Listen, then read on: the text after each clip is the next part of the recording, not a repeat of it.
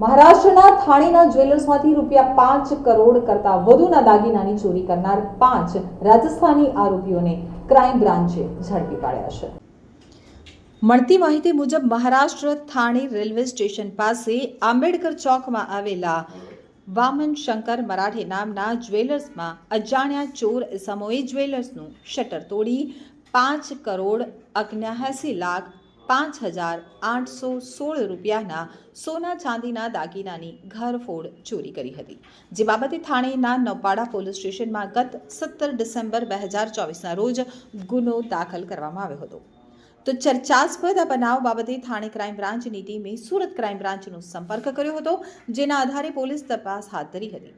તપાસ સુરત શહેર crime branch અને થાણે ક્રાઇમ બ્રાન્ચની ટીમ દ્વારા સુરત શહેરમાં સગ્રામપુરાના નડિયાવાડ વિસ્તારમાંથી તથા વરાછા વિસ્તારમાં સંયુક્ત ઓપરેશન પાર પાડી રાજસ્થાનના કુલ 5 રીઢા ગુનેગારોને ઝડપી પાડ્યા હતા.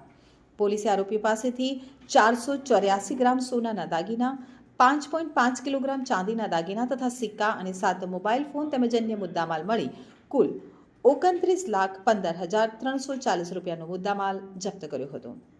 આ કેસમાં પોલીસે નાગજી રામ પ્રતાપજી મેઘવાલ, લીલારામ ઉર્ફે નિલેશ માલારામ મેઘવાલ, જેસારામ ઉર્ફે જેડી દેવારામ કાબલી, ચુનીલાલ ઉર્ફે સુમત શંકરલાલ પ્રજાપતિ અને દોનારામ ઉર્ફે દિલીપ માલારામ મેઘવાલની ધરપકડ કરી છે.